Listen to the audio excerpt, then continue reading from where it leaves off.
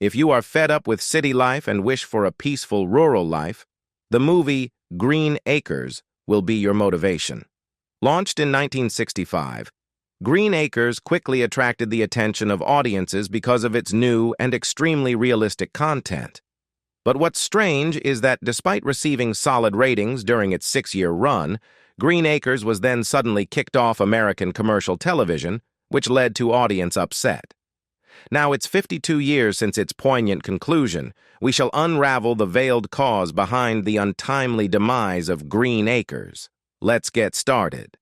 The tragic link among hillbillies. The Hooterville community players are thrilled to announce their upcoming production, a nostalgic homage to the classic sitcom, The Beverly Hillbillies. Stepping into the shoes of the beloved Clampett family, the Hooterville cast promises a delightful rendition of the timeless fish-out-of-water tale that has captivated audiences for generations. The origins of the Beverly Hillbillies are rooted in the remarkable success of two other iconic TV shows, Petticoat Junction and Green Acres, all created by the visionary Paul Haney. Henning's creative prowess was so celebrated that he didn't need a pilot to secure another primetime slot. Drawing inspiration from his own CBS radio show, Haney enlisted the talents of Petticoat Junction writer and Green Acres creator Jay Summers to transform the radio show into a fully fleshed-out sitcom. What makes this production particularly intriguing is the shared universe that connects the Beverly Hillbillies, Petticoat Junction, and Green Acres. These shows are interwoven with overlapping characters and storylines, creating a cohesive world where the residents of Hooterville frequently cross paths. Characters such as Floyd Smoot, Sam Drucker, and Newt Kiley seamlessly move between the different series, creating a sense of continuity and familiarity for fans of the Hooterville universe. The Hooterville community players are dedicated to capturing the essence of this interconnected universe, bringing to life the charming and eccentric characters that have become television legends.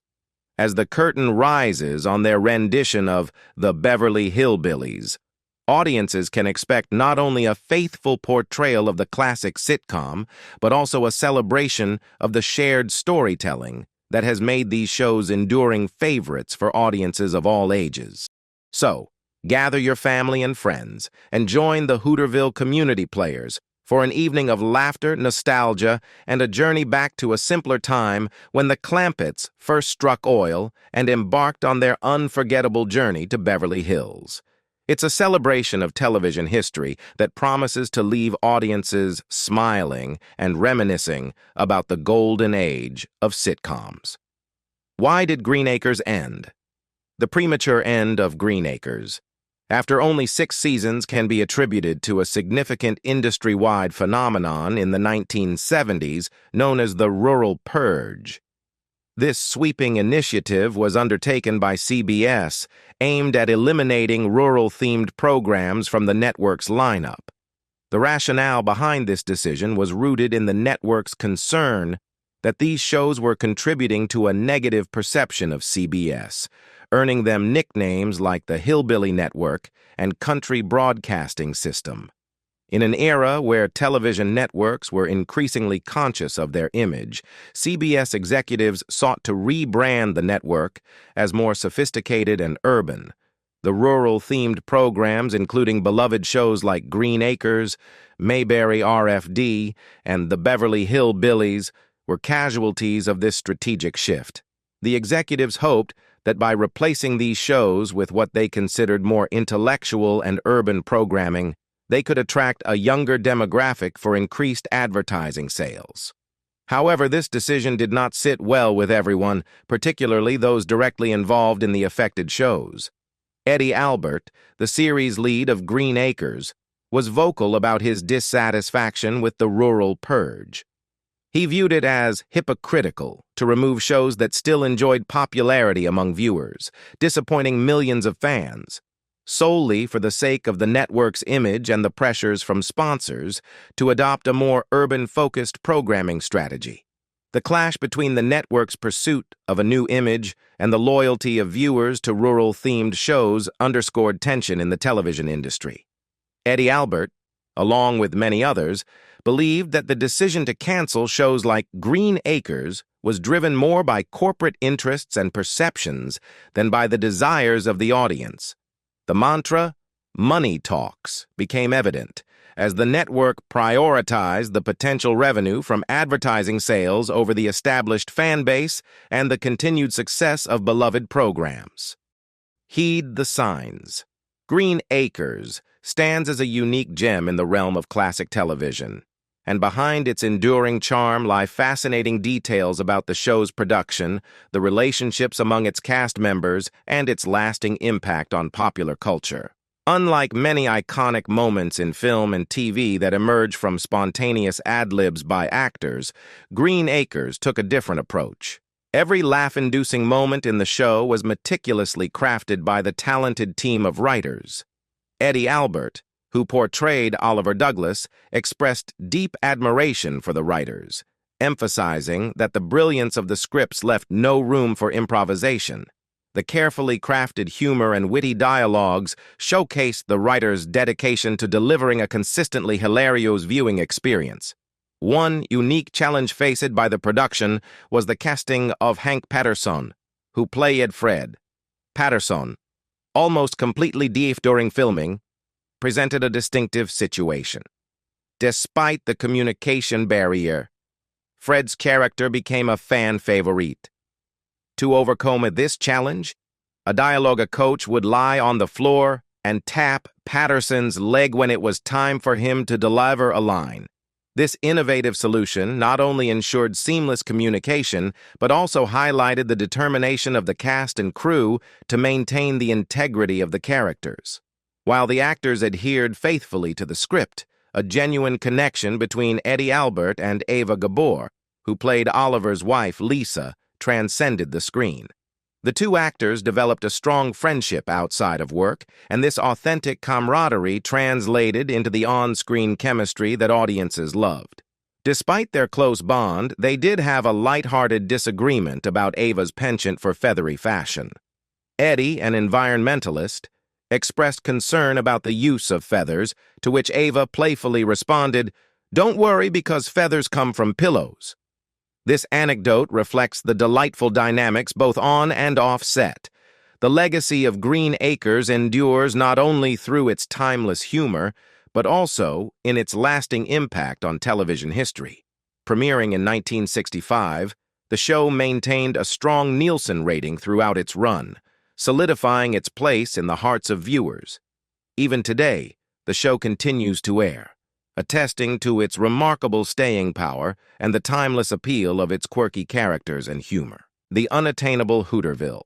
Embarking on the whimsical fantasy of packing up and restoring a farm in the charming locale of Hooterville, inspired by the iconic sitcom Green Acres?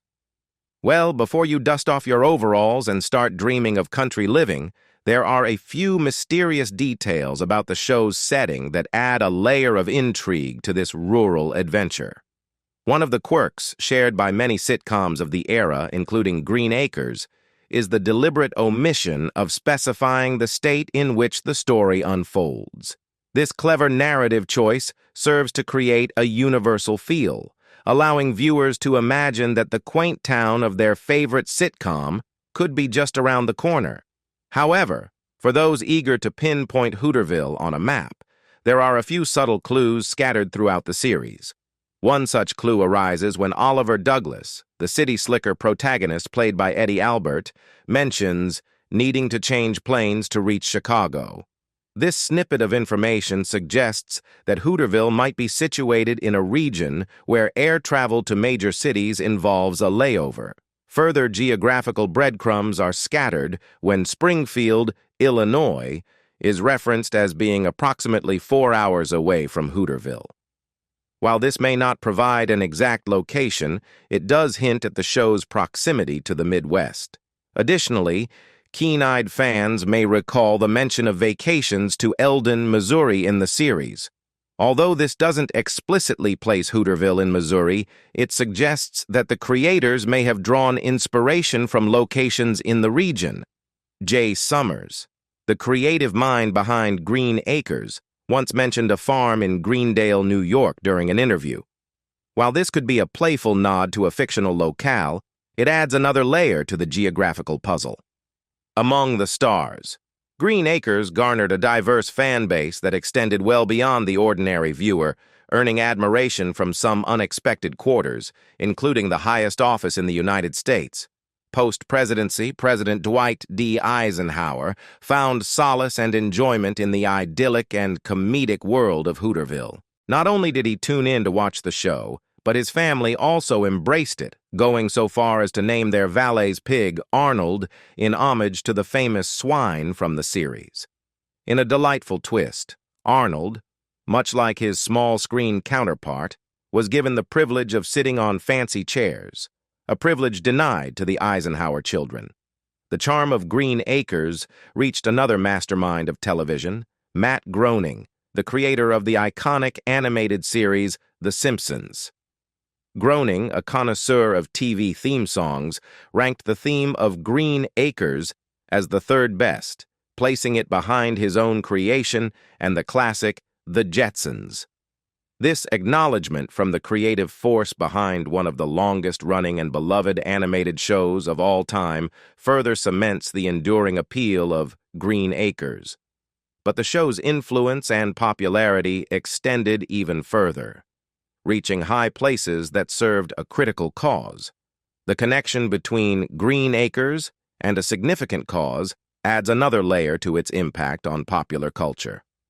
While the details of this association aren't explicitly outlined, it showcases the show's ability to transcend entertainment and potentially play a role in broader societal conversations or initiatives. January 28, 1986, is etched in history as a somber day when the Space Shuttle Challenger tragically exploded, casting a pall over NASA and the nation as a whole. The entire team working on NASA's next ambitious endeavor was understandably grief-stricken, grappling with the loss of 7 brave astronauts who had embarked on a mission that ended in tragedy. However, in the midst of this sorrow, a remarkable woman, Catherine Sullivan, the first American astronaut to conduct a spacewalk, emerged with a heartwarming idea to lift the spirits of her fellow team members. As the individual responsible for selecting the wake-up music for the astronaut crew, Sullivan decided to infuse a much-needed dose of humor and joy into the atmosphere. With the aim of boosting morale and fostering a sense of camaraderie among the team, she reached out to a radio station to curate a playlist of funny space-themed music. Among the selected tunes was a clever and whimsical adaptation of the Green Acres theme, originally composed by Vic Mizzy. Vic Mizzy's iconic composition, which had graced the opening credits of the beloved sitcom, found new life as a source of laughter and levity in the challenging environment of NASA. The playful adaptation of the Green Acres theme added a touch of whimsy to an otherwise solemn setting, providing a brief respite from the weight of the tragic events. This creative and heartwarming gesture not only showcased the resilience and ingenuity of the human spirit, but also demonstrated the power of music to bring people together, even in the face of adversity. The Green Acres theme, with its lighthearted and catchy melody, served as a reminder that, even in moments of darkness, a shared sense of humor and camaraderie can help heal wounds and inspire hope. Influential individuals. In the quirky universe of Green Acres, one character stood out as the perennial thorn in Oliver Douglas's side when it came to his hard-earned money. Mr. Haney, the wily and unscrupulous businessman. With a knack for convincing Oliver to part with his cash under questionable circumstances, Mr. Haney became the embodiment of cunning salesmanship, always armed with a dubious deal and a persuasive pitch. His infamous line, "You'll just make out the check to cash, it'll save a lot of trouble between me and the government," became a catchphrase encapsulating his relentless efforts to separate Oliver from his funds. Contrary to popular belief, Mr. Haney's character was not inspired by the classic miser Ebenezer Scrooge, but rather by a figure from the world of rock and roll, Colonel Tom Parker, the manager of none other than Elvis Presley. Parker, known for his shrewd business tactics and relentless pursuit of financial gains, served as the real-life inspiration for Mr. Haney. Actor Pat Buttram, who brought the character to life with his impeccable comedic timing, based his performance on Colonel Parker's distinctive mannerisms, creating a character that became a standout in the world of sitcoms. As for the governor of Hooterville, another notable character in the series, his inspiration came from the world of entertainment and politics. The governor's character drew parallels with a real-life Hollywood icon and political figure, Ronald Reagan. Before Reagan became the President of the United States, he had a successful career as an actor, served as the governor of California, and even hosted lively parties to generate excitement for his films. The charisma and social skills of Ronald Reagan translated seamlessly into the character of the governor in Green Acres, adding a touch of real-world flair to the fictional setting. A Melody for All, the iconic theme song of Green Acres, stands as a testament to the musical genius of Vic Mizzy, whose creativity brought to life the contrasting worlds of open country and the urban jungle in a way that has never been paralleled. Mizzy, already renowned for his brilliant composition of the Addams Family theme, once again demonstrated his mastery in crafting catchy tunes that leave a lasting impression. The inspiration for the Green Acres theme can be traced back to Mizzy's ingenuity in incorporating the classic riff known as shave and a haircut 2 bits. This clever musical fusion became the backbone of the show's opening melody, perfectly encapsulating the show's whimsical premise and the clashing lifestyles of its characters. Vic Mizzy's musical brilliance extends beyond the world of television theme songs. His diverse portfolio includes compositions for legendary figures such as Doris Day and the Andrews Sisters. Notably, Mizzy lent his talents to create a unique public service jingle titled In the Middle, which delivered a catchy message about the dangers of jaywalking. Don't cross the street in the middle, and the middle, in the middle, in the middle of the plot. What sets the Green Acres theme apart is not only its musical excellence but also its historical significance. It marked the first instance in television history where the leads of a sitcom, Eddie Albert and Eva Gabor, took on the task of singing the show's theme song. This pioneering move paved the way for future sitcoms to follow suit, with the Monkees adopting a similar approach a season later in 1966. A fascinating tidbit about Eva Gabor adds an extra layer of intrigue to this musical tale. Despite her lack of a musical background, Gabor delivered a flawless rendition of the Green Acres theme on her very first attempt. This accomplishment showcases not only her acting prowess, but also the seamless collaboration between the cast and the creative minds behind the scenes. Pilot the finale. The challenge of crafting a satisfying finale for a television series is a daunting task, and many shows face the dilemma of either overstaying their welcome or being abruptly canceled. Green Acres found itself in a unique situation for its final season, and the culmination of the series had an unexpected twist that involved the actors discovering the fate of their show through the news. Much like the surprise experienced by Al Bundy in another sitcom, Green Acres had a similar fate that brought an end to its run, dragging another show or two down with it. The revelation about the series finale was not conveyed to the cast in a traditional manner. Instead, they found out about it by watching the news. This unexpected turn of events added an extra layer of complexity to the conclusion of Green Acres. The final 2 episodes of the 6th season marked a departure from the typical tone and structure of the show. In an unusual move, these episodes were not crafted as a traditional finale. Instead, they were pilots for a potential spin-off series. The first, titled Hawaiian Honeymoon, centered around Oliver and Lisa, celebrating their anniversary, but shifted the focus to the hotel owner, Bob, and his daughter, Pam. This served as a backdoor pilot for a prospective new show called Pam. Following this, the second episode featured an ex-secretary and operated in a similar manner, acting as a backdoor pilot for another program that was tentatively titled either The Blonde or Carol. Unfortunately, neither Pam nor Carol garnered enough interest from CBS to secure a full series order, leaving these potential spin-offs unrealized. As a result, the last 2 episodes of Green Acres barely featured Oliver and Lisa, the central characters of the show. The unexpected deviation from the established formula left viewers with an unconventional conclusion to a beloved series. The lack of a traditional finale for Green Acres adds a unique footnote to its television legacy, reflecting the unpredictability and challenges that the industry sometimes imposes on long-running shows. Eternal Reign of the Swine. The end of Green Acres marked the conclusion of an era for both the cast and the beloved characters, leaving the actors, including the show's 4-legged star, Arnold the Pig, without a job. Arnold had become a sensation, charming audiences with his endearing antics and earning a special place in the hearts of viewers. In fact, Arnold's popularity had some fans contemplating the idea of adopting a farm animal of their own. As fans wondered about the fate of Arnold, after the show's finale, Tom Lester, who portrayed Eb Dawson, humorously addressed the question during the finale luau party scene.